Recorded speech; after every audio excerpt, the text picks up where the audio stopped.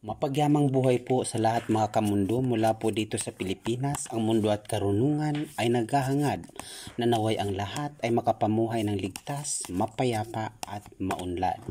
Mga kamundo, ngayon naman po ay aking ibabahagi sa inyo ang tungkol sa general prediction na may kaugnayan sa love, health, and career ng mga taong ipinanganak under the birth year sign of Monkey.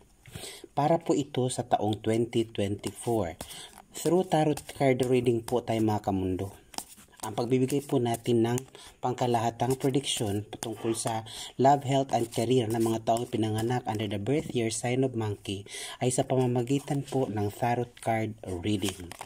Okay mga kamundo, bago po natin umpisahan, gaya ng nakagawian po natin, atin po munang pasinayaan at pasalamatan ang karunungan at walang hanggang pag-ibig ng pong may kapal na patuloy sa pangangandili sa lahat ng may buhay sa buong sanlibutan.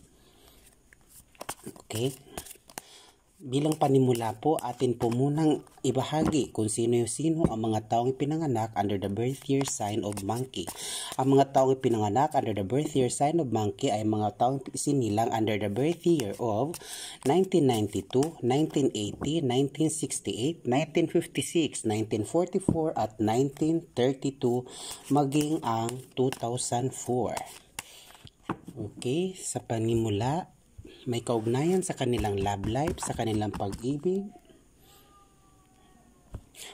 Ang unang baraha na may kaugnayan sa kanilang pag-ibig ngayong 2024 general prediction ay nagsasabing, mga kamundo, ang mga taong pinanganak under the birth year sign of Monkey ngayong 2024, mapalalaki man o babae, kung ikaw ay sinilang under the birth year sign of Monkey, sikapin na mapag-ingatan ninyo ang pananalapi o kaya ang perang iniakyat nyo o inilalabas nyo, sapagkat ayon sa baraha, ito ay magiging ugat ng inyong hindi pagkakaunawaan ng inyong mga mahal sa buhay, sapagkat ang baraha ay nagsasabing maraming pagkakagastusan ngayon ang mga taong ipinanganak under the birth year sign of Monkey. Kung kaya naman, sikapin ninyo na ang mga pinapalabas yung pera ay nasa sistema upang hindi ito pag-ugatan ng inyong hidwaan o di pagkakaunawaan. Sa pera po, mag-uumpisa ang hindi ninyo kaya-ayang ugnayan ng iyong kabiyak, ng iyong asawa, ng iyong mister o ng iyong minamahal. Yun po ang pangkalahatang gabay ng mga taong isinilang under the birth year sign of Monkey na may kaugnayan sa pananalapi. Sa pera po, through financial terms, doon po kayo magkakaroon ng problema ng iyong minamahal na may kaugnayan sa iyong love life. Kaya kailangan po ninyo mag-ingat at lagi kailangan nasa sistema po ang pagpapalabas ng pera. Ang pangalawang baraha naman po ay may kaugnayan sa inyong general prediction about health.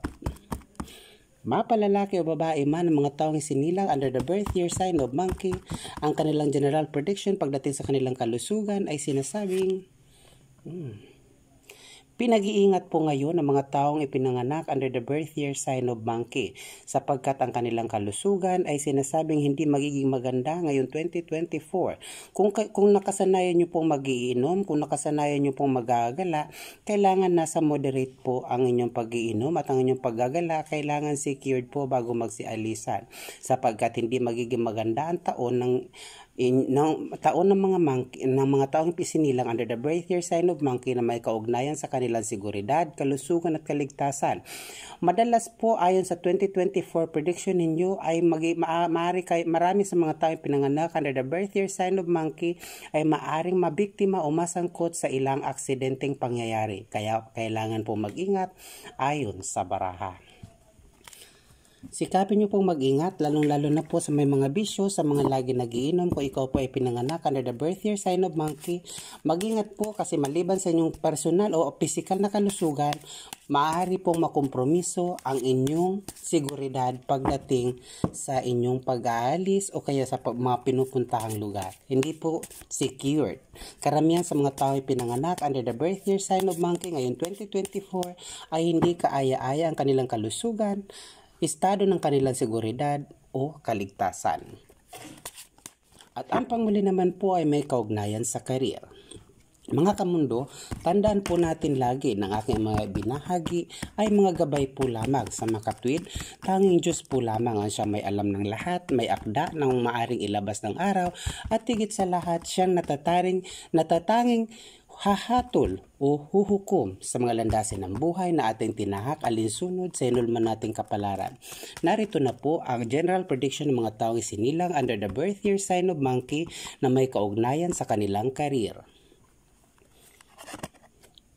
Ang mga taong isinilang under the birth year sign of monkey, kung ikaw ay babae, mga taong isinilang under the birth year sign of monkey, mga babaeng isinilang under the birth year sign of monkey ay sinasabing magiging marunong at magiging matalino pagdating sa kanilang mga hakbang sa buhay na siyang magiging sanhi upang mas makamtan nila ang kanilang mga minimiti at pinapangarap sa buhay, lalong-lalo na mga pinaplano nila last year o kaya nitong 2023. Ngayong 2024, marami sa mga taong isinilang under the birth year sign of monkey ay magmamaterialize ang kanilang mga pinaplano sa buhay.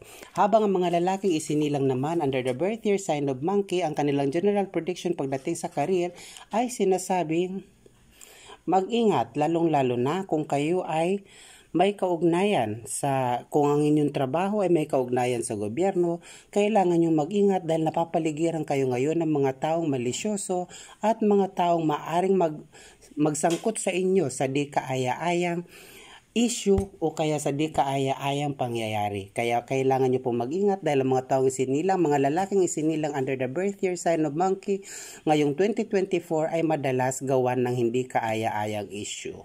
Ito po ang mundo at karunungan na laging nagsasabing mag-ingat po ang lahat at lagi po nating ingatan at pagmalasakitan ng kalikasan sapagkat ang kalikasan ay siya pinagugatan nating buhay. Maging ang mga aso at pusa kailangan din po nating mahalin upang ating mabatid lagi ang balansing enerhiya ng kalikasan. Mga kamundo, mahal ko po kayo. Maraming salamat po.